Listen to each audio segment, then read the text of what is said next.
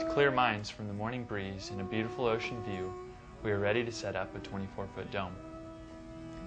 With the help of two carpenter friends, Gary and Ulrika have built this on the hillside overlooking the ocean. Other flooring alternatives are cement, a wooden perimeter, or elevating the dome on a wall. We have everything we need on site: a 24-foot dome kit, a 12-foot step ladder, a cordless drill with half-inch socket and Phillips bit, 4 half-inch wrenches, 30 feet of rope, and some scrap wood. It's recommended to have 3 or more people your first time setting up a 24-foot dome. We temporarily fasten some scrap wood to the sides of the deck to hold the frame in place as we erect it. We lay the bundles of 3 different size struts in the center of the deck and unbundle them. We lay out the base of row 1 around the perimeter of the deck. Notice that both ends of each strut are bent at an angle. The acute angle is the deck. This is consistent throughout the entire frame construction. Next, we lay out the row 1 side struts on the inside of the row 1 base struts.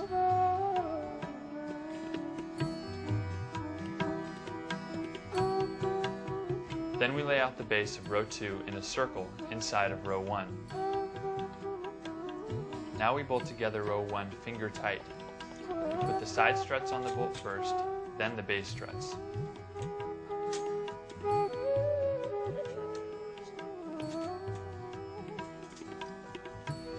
Working around the circle, we stand up row 1 and bolt the base of row 2 to it.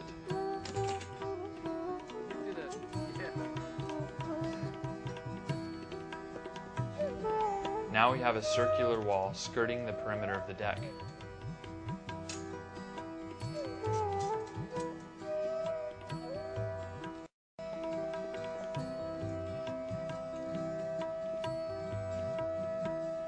We then add the sides of row 2 on the outside of the bolt to the base of row 2.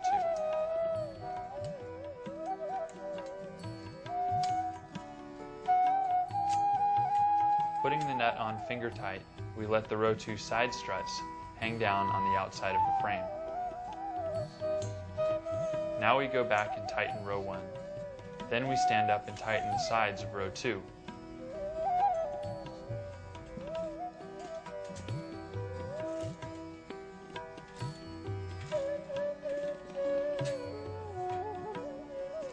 We put 3 row 3 struts on a bolt.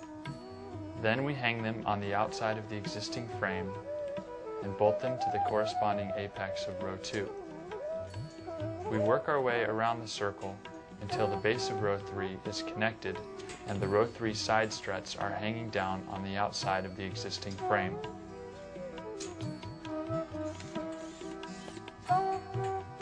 Then we stand up and tighten row 3.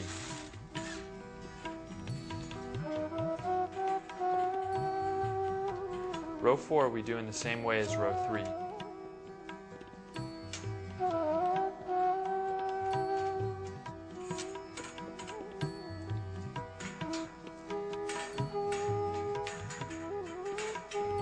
When row 4 is complete, we have 5 apexes outlining the shape of a 5-pointed star.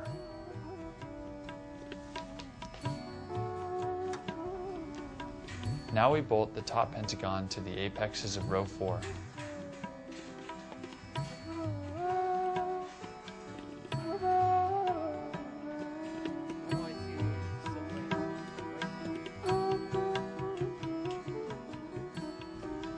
We flip up the top 5 struts and bolt them together to complete the frame of the geodesic dome.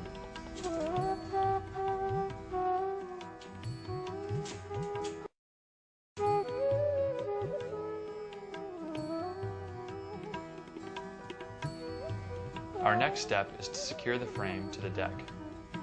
Notice that 2 of every 3 hubs are raised about 1.5 inches above the plane of the deck. This is created by the geodesics of the dome. We attach L brackets to the outside of these 10 raised hubs and screw them securely to the deck. Our next project is to put the dome cover on the frame. The cover is folded inside out with the door facing out and then rolled up. First, we choose our door and big window placements. Johann holds the cover up below our door location. Together we unroll the cover up the side of the dome, using the struts to support most of its weight. I tie the first tie. Still holding most of its weight, we unfold the cover onto the frame.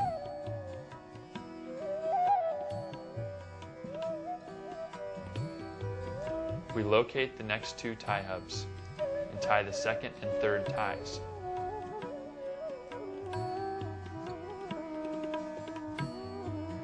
We unfold the cover until half of the big window is showing. Johann ties our rope to a window frame on the outside layer of the cover and through the frame. Then he walks around and lifts up the outside layer of the cover as I pull it up with the rope.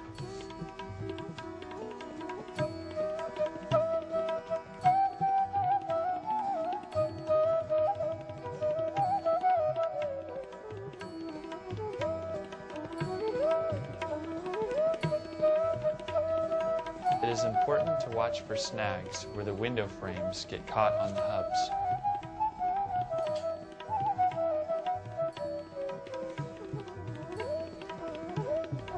When it reaches the roof, we pull the cover over and down with our hands until it slides into place.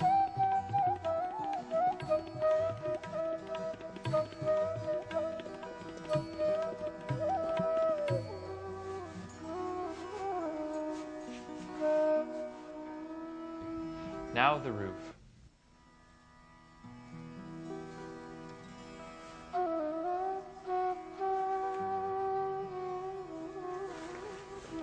From inside the dome, we gradually unfold the roof onto the outside of the frame. As we zip the zippers closed, we reach around and smooth down the Velcro flaps that cover the zippers. In this way, we unfold and zip the roof into place. Voila! The beautiful dome space is created. Now we will attach the main cover to the deck. Pulling the cover down firmly, we screw it to the sides of the deck through each elements in the bottom hem. Now the dome is securely fastened and can withstand high winds.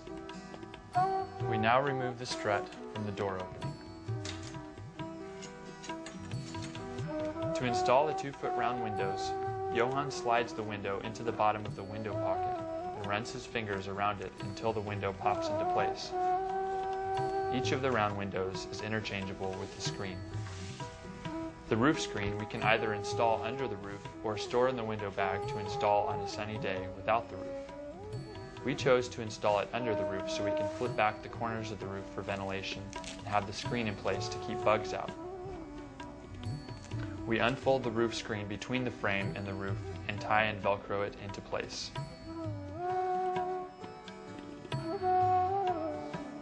There are 2 base screens in the dome designed for cross ventilation. To install a base screen, we unzip the 2 zippers on that side of the dome. Then we roll up the canvas flap and zip in the base screen.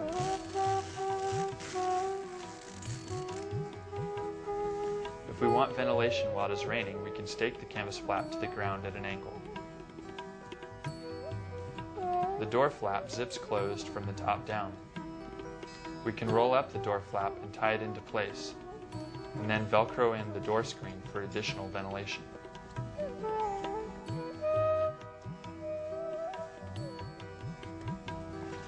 Learning to effectively work the screens is one of the keys to keeping your dome cool in hot weather.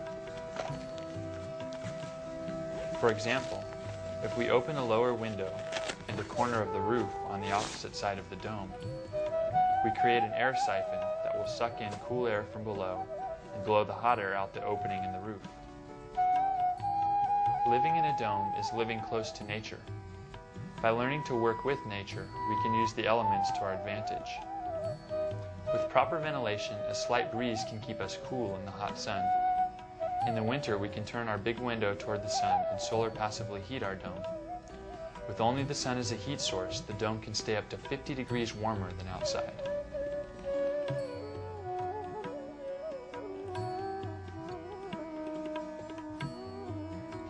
Each dome comes with a stove cap, flashing, and flashing sleeve that can be used to vent a wood stove, other heating system, or composting toilet.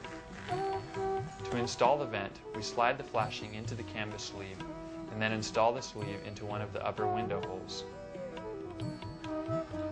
To install a wood stove, we make a base of either tile or metal sheeting directly below the stove vent.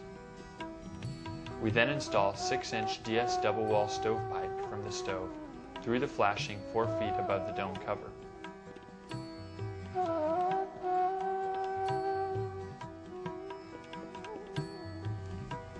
Next, we install the stove cap to the top of the pipe. Finally, we seal the joint where the pipe goes through the flashing with high-temp caulk. With an appropriate sized wood stove, sauna temperatures can be reached inside the dome while it is below zero outside. Reflectix insulation can make your dome more comfortable in the winter and summer. In cold weather, Reflectix will help your dome retain heat longer and increase the efficiency of your heating system. In hot weather, it will reflect off the heat of the sun, helping the dome stay cool inside. If the big window is facing the sun, it's necessary to cover it with a curtain. We install the Reflectix by tucking the edges between the struts in the dome cover.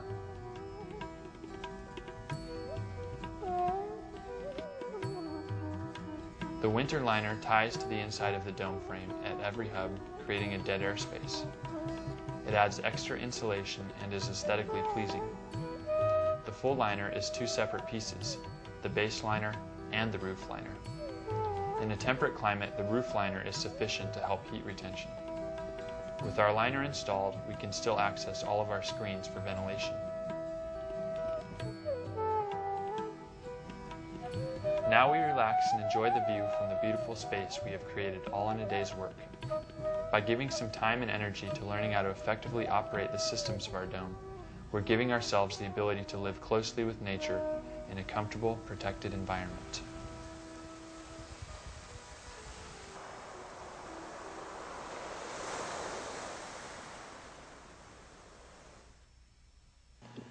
Pacific Domes has been sending domes for disaster relief for 8 years. This red dome became the main distribution center outside of Biloxi, Mississippi after Hurricane Katrina. In order to serve more communities needing relief shelters, we've founded a nonprofit organization. Shelters for Freedom Worldwide exists solely for the purpose of providing temporary shelter for homeless victims of natural disasters globally.